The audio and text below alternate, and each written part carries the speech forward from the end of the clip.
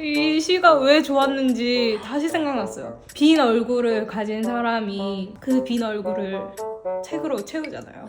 제가 그랬거든요.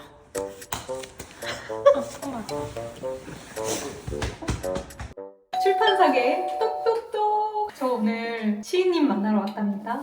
에포케 스튜디오고요. 제가 좋아하는 시인님께서 낭독해주시는 시 들으러 왔어요. 여러분도 함께 들어보실까요? 누릅니다. 안녕하세요. 저예요. 책에서입니다. 열어주세요. 쉽지 않네요. 갇히신 거 아니죠? 안녕하세요. 안녕하세요. 어머, 오늘 진심의 바깥 네. 축하하는 의미에서 색깔 좀 맞춰봤습니다. 아우, 마음에 감사해요. 드셨나요? 아유, 먼길 보시느라 고생하셨어요.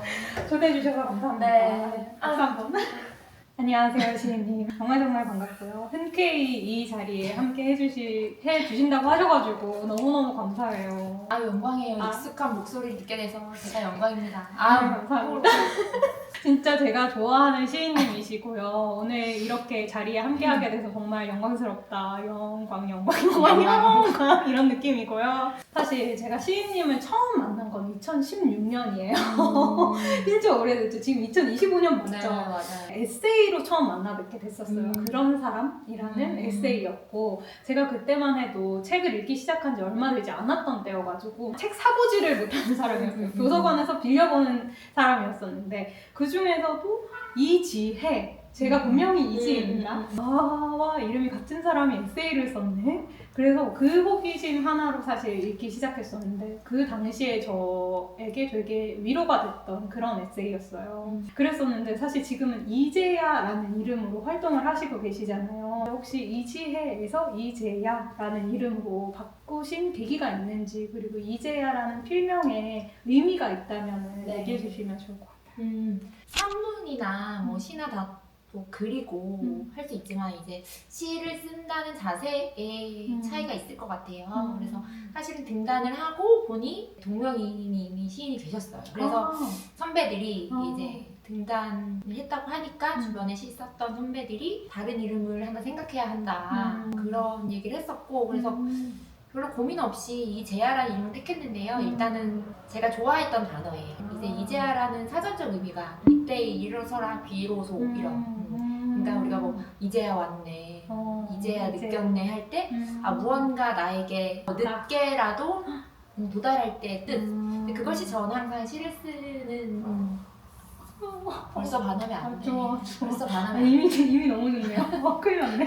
그래서 정말 고민 없이 그냥 원래 좋아했던 단어를 썼고, 근데 선배들이 너무 좋다라고 해서 그냥 지금까지 쓰고 있고, 감사하게도 이제 한 번 들으면 잘 잊진 않으셔서 기억하기에 쉬운 이름인 것 같아요. 이제야. 그래서 이제 연말에 선배들이 이제 제아의 종소리가 울릴 때 저에게 항상 되게 여러모로 좋네요. 뭔가 익숙하고 친숙하기도 한데 또 이름으로 쓰기에는 처음 듣는 이름이기도 하고 해서 잊히지 않는 이름인 것 같습니다.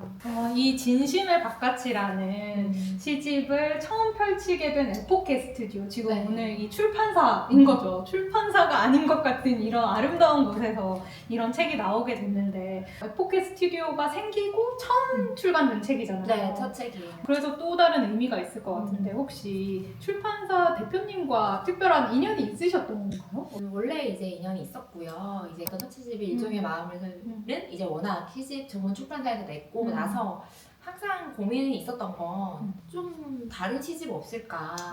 이제 시집은 왜 이제 똑같아야 할까 그냥 계속 항상 고민했던 건데, 그러다가 이제 대표님이 워낙 이제 런직들 미메시스에서 이제 해외 문학 주로 하시고 이제 감각적으로 워낙 잘하시던 분이고, 제가 인터뷰도 많이 봐왔고 그랬었던 분이 이제 나와서 새롭게 독립을 하신다고 하시더라고요. 그래서 그러다가 이제 얘기가 돼서 그러면은 시집 어떠냐라고 해서 우리랑 같이 해보자.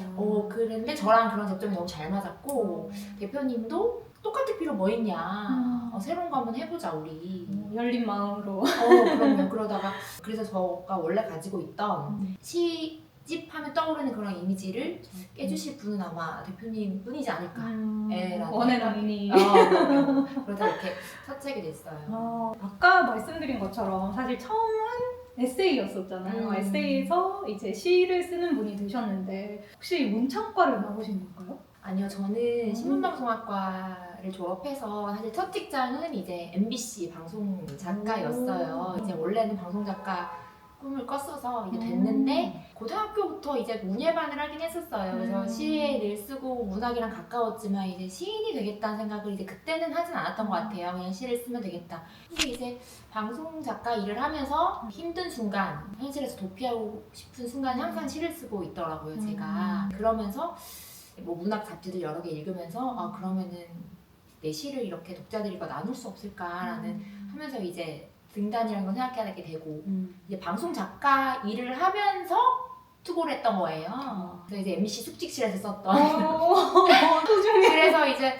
제가 지금까지 이제 등단 지금 13년 차인데요. 가장 많이 받는 질문 중 하나가 문창과가 아닌데 시인이란 시에 써도 되나요? 아니면 문창과가 아닌데 어떻게 여기까지 이렇게 오시게 됐나요? 이런 질문을 가장 많이 받아요. 근데 제가 이제 자신 있게 말할 수 있는 건 요즘은 사실 문예창작학과 인기가 많아서 이제 문예창작학과에서 배우는 시도 물론 너무 멋있고 가치 있는 일이지만 제가 그래도 조금 다른 길로 왔기 때문에 항상 할 수 있는 말은 문창과가 아니기 때문에 세상에서 배웠던 이야기들을 저는 싫어. 많이 느껴서 그게 좀 시를 쓰는 많은 힘이 돼요.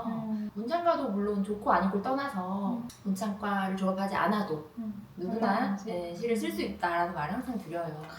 지금 뭔가 시 써보고 싶은데 혹은 감성은 충만한데 이걸 글로 옮겨도 되는 걸까 하는 사실 많은 독자분들이 계실 것 같아요. 그런 네. 분들한테 사실 되게 큰 힘이 되지 않을까 이런 생각이 듭니다. 이 시집 디자인도 일단은 예쁘고 그래서 눈에 확 띄는데요. 이 한 권의 시집이 나오기까지 얼마쯤 걸렸나요? 낭독까지 해주셨던 팟캐스트에서 네. 그 일종의 마음은 사실은 등단하고 첫 시집인데 10년이 걸렸고요. 근데 10년간 썼다는 이야기는 아니겠지만 어쨌든 모으고 빼고 하는 게 10년이 걸린 거고 근데 이제 그건 23년에 출간돼 그리고 25년이니까 2년이 채 안 돼. 1년 반 만에 나온 시집인데요. 그동안 썼던 거 1년 반에 나온 시집이라고 하기에는 1년 반의 얘기는 아니고 그런데 이제 일종의 마음이 그래도 사랑을 많이 받아서 시를 써야만 하는 마감에 써야만 하는 기회들이 일단 많은 시를 쓰게 했고 고맙게도. 네.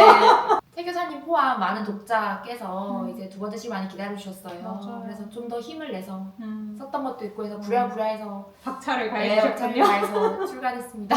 아 너무 감사합니다.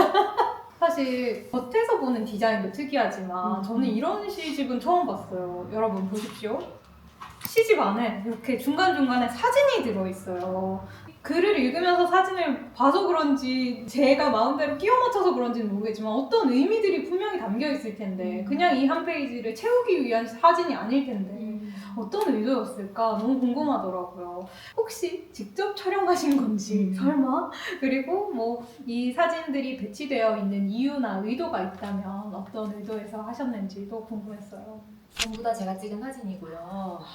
초반에 약간 세상에 없는 잘 없는 시집 그리고 독자들에게 조금 더 문학적으로 다양한 시선을 주고 싶은 시집이 뭘까 고민하다가 저는 사진을 찍는 게 취미이기도 하고 근데 많은 예술가들이 그럴 거예요. 사진가인 시인도 계시고 사진을 좋아하는 시인들 정말 많거든요. 근데 그게 아마 사진이 주는 게 분명히 메타포가 있기 때문에 아마 시인들에게 그럴 거라고 생각하는데 저 또한 그렇고 독자들에게 새로운 접근을 주고 싶어서 사진을 같이 해보면 어떨까 했는데 이제 대표님 포함 이제 관계자분이 너무 좋다라고 하셨고 그럼 이제 사진이 무엇을 의미하느냐 했을 때 말 그대로 이게 시가 되기 전에 사진이라고 생각하시면 돼요.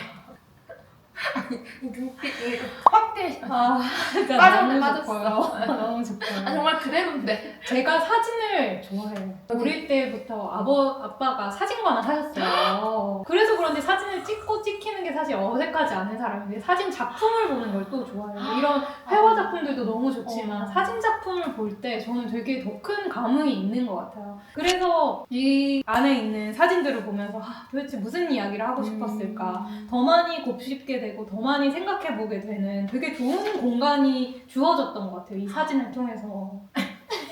시가 되기 전의 사진들 너무 좋다. 명언이니까 시가 되기 전. 시인들은 이제 보통 많이 묻는 베스트 질문들이 보통 어떨 때 시가 써지나요? 떠오르나요? 뭐 이런 맞아. 거잖아요. 근데 저는 이제 그게 사진이거든요. 뭐 메모가 되는 사람도 있겠고 저는 사진에서 지금 당장은 아니겠지만 이걸로 무언가를 쓰고 싶다 할 때 항상 찍어두고 그러니까 예를 들어 이 사진이 이 시가 되었다라고 하기보다 믹스 매치를 주고 싶었어요. 그래서 좀 꼭 이 사진이 이 시가 연결되는 게 아니라 이 바다 사진에서 이 시가 이 색다르게 느껴질 때 또 다른 게 문학적으로 감각을 또 일으키니까. 그래서 이제 믹스 매치 하자고 또 그렇게 윤호님께서 근데 진짜 좋은 의도였던 것 같아요. 처음에 이렇게 볼 때는 사진이 있네? 신기하다. 근데 사진 내가 보게 될까? 뭔가 어떤 감흥을 더 느낄까라고 생각했는데 오히려 이 시를 읽고 사진을 보면서 더 많은 생각을 하게 되는 계기가 되어줬던 것 같아요. 되게 좋은 시도이셨던 것 같다. 그래서 읽으셨던 분들 중에 많은 분이 사진도 다 하나 한 편 한 편 시라고 해주셔서 너무 다행. 그게 사실은 보여주고 싶었던 거는 누구나 이제 어떤 장면들을 보고 살잖아요. 그게 사실은 바라보는 게 사실은 시가 될 수 있거든요. 그거를 많이 주고 싶었어. 이렇게 말씀드리면 어떨지 모르겠지만 사실 저는 이 시집을 읽으면서 여러 슬픔의 감정들이 느껴졌어요. 슬픔이라는 단어 안에도 되게 여러 슬픔이 있을 수 있잖아요. 근데 뭐 유년 시절의 슬픔에서부터 시작해서 나이가 들어감에 따라서 느낀 그 슬픔들, 그러니까 제가 느낀 슬픔들이겠죠. 그 슬픔의 조각들을 여기 저기에서 시에서 막 보여주신 것 같아가지고 이거 쓰시면서 되게 슬프셨을까? 내가 왜 슬프다고 느끼지? 이런 생각을 하게 됐었어요. 실제로 쓰실 때 어떤 마음이셨는지, 너무 슬프진 않으셨는지 걱정되셨구나. 네, 그렇더라고요. 시를 쓴다는 게 이제 즐거운 일은 없잖아요. 그렇군요.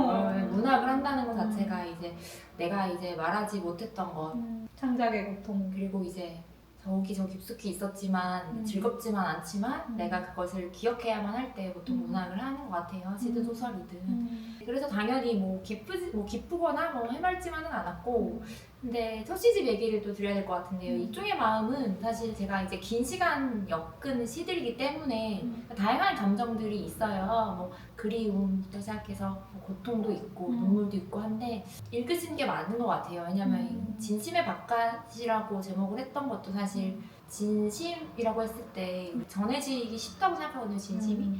근데 바깥이라고 했던 건 시간이 지났을 때 이제 전해지지 않은 진심이 훨씬 많았고 다 전할 수도 전해받을 수도 사실 없으니까 뭐 나는 전해졌다 믿었지만 너는 받지 못했던 이야기들. 근데 그것이 뭐 비단 남녀뿐 아니라 뭐 내 유년 시절이 될 수도 있고 내 미래가 될 수도 있고 이런 것들을 써보면 결국 진심이 닿지 않았던 이야기들이다 보니까 슬프고 아쉽고 그립고 그런 게 대부분인 게 맞아요. 그래도 뭔가 감정이 전달이 된 거네요. 그럼요. 시인님의 감정이 저한테도.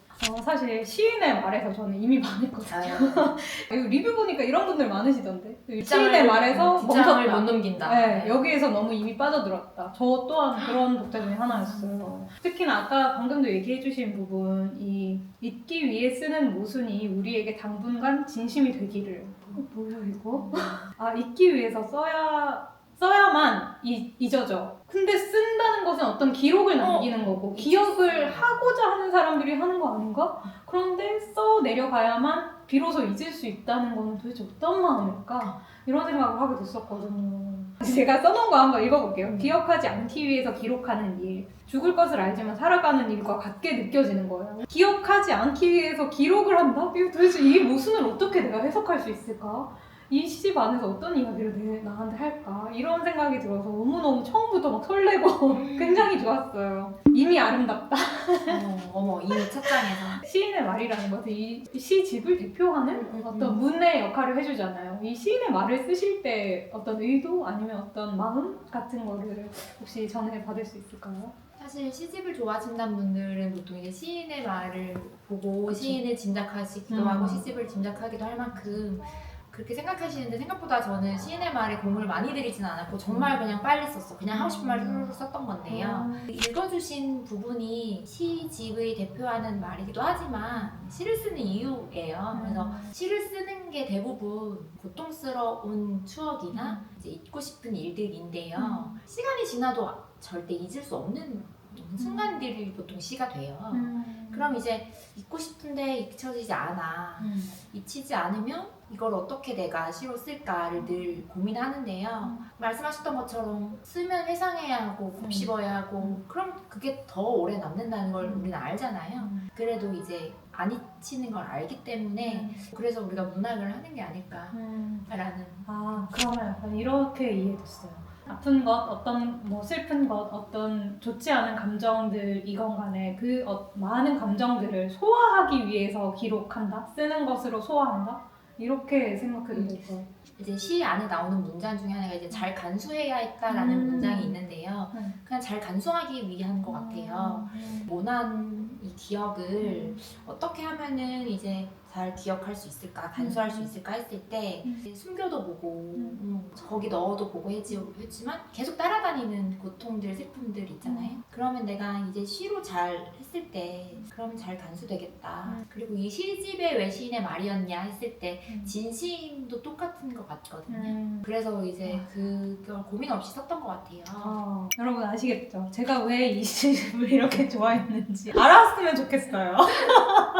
지금부터는 제가 호강할 시간이라고 해야 할 것 같은데 그것은 바로 시인님께서 낭독을 해주시는 시간입니다. 사실 제가 좋아하는 시를 낭독해 주셔도 좋을 것 같고 시인님께서 가장 애착이 느껴지는 시를 낭독해 주셔도 좋을 것 같아요. 그러면은 먼저 시인님께서 가장 애착이 있는 시가 있다면 굳이 하나만 꼭 골라야 한다면 낭독을 한번 해봐 주실 수 있을까요? 사실 토시가 저에게 가장 반대품 눈빛의 탄생. 어. 눈빛의 탄생. 우리의 대화는 사랑에 비하면 단순했다. 공원을 몇 바퀴 돌다가 눈동자를 그리고 눈빛에 어떤 역할이 있다면 진심을 느닷없이 말하기 좋다는 것. 그 작은 진심이 나를 바라보고 있지.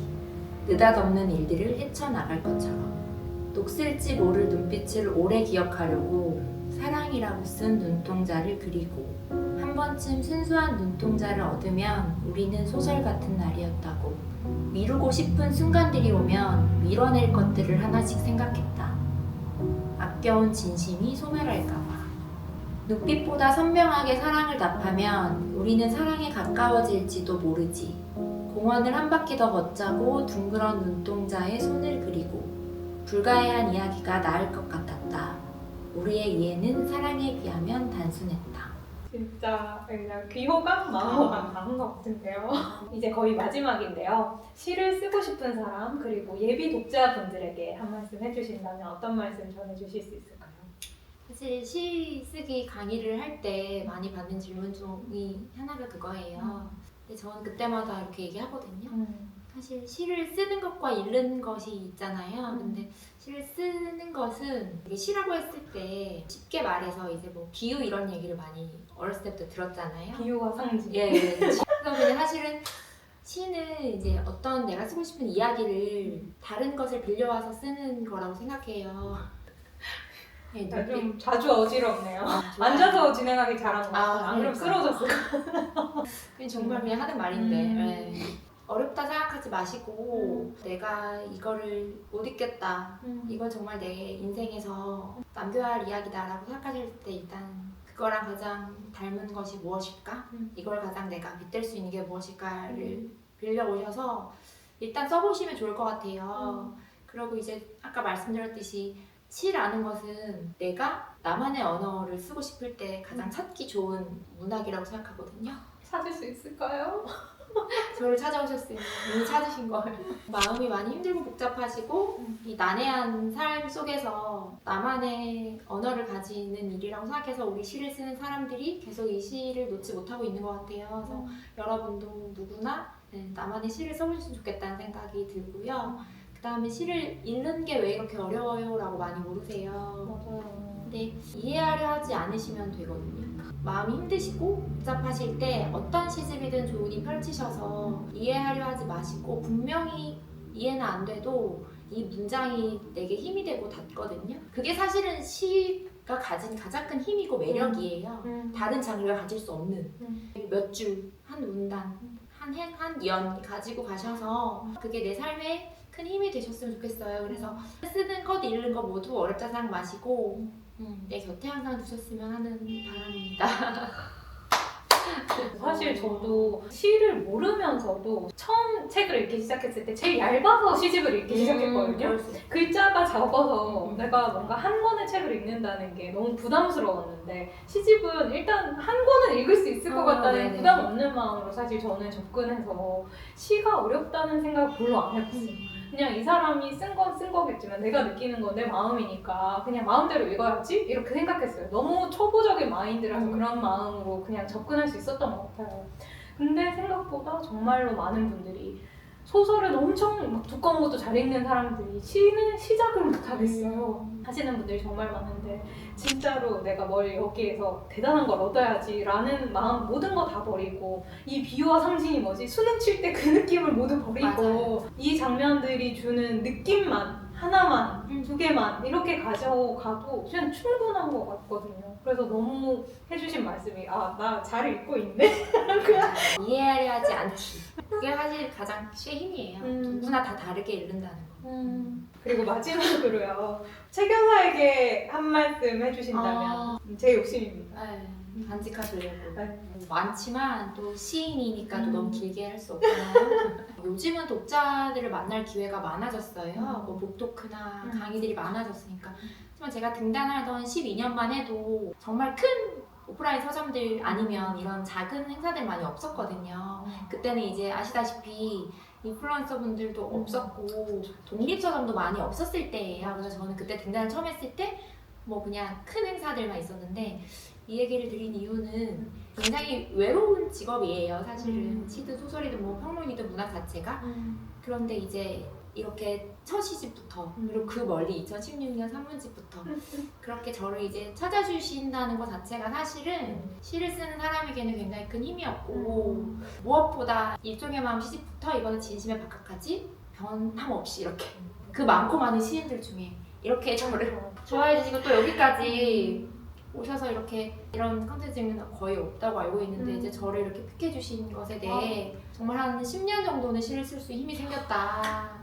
아이고 앞으로 좀 더 자주 만나면 20년 하려는 게 웃으실 수 그러니까 이게 있겠어요. 안 써질 때 이렇게 한 번씩 부르면 전화 드리면 이렇게 와서 또 10년 늘어가고 그리고 또 하나 제가 이제 인플루언서 분들의 그런 걸 잘 모르긴 하지만 사실 시집을 택한다는 것 자체가 굉장히 사실 어렵잖아요. 왜냐면 내가 일단은 어렵게 느끼고 그걸 독자들에게 전하는 것 자체가 그래서 사실은 정말 많은 분과 저의 그 다리 역할을 최견사님이 해주신 거라 생각하고 저뿐 아니라 많은 앞으로 다른 시집과 다른 시인에게도 독자들이 닿을 수 있는 그 시작을 해주신 것 같아요. 그걸 되게 또 감사히 생각하고 있습니다.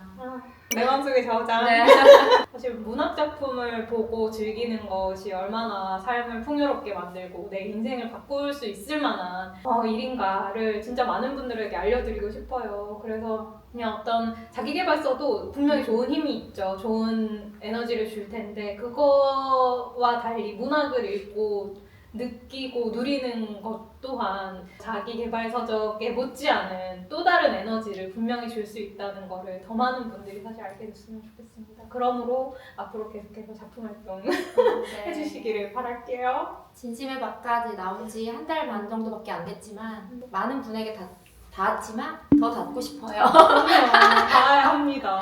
모두의 진심의 바깥을 고민해보고 그 바깥에서 우리가 만나고 그 안에서 또 만나고 이렇게 했으면 좋겠어요. 감사합니다.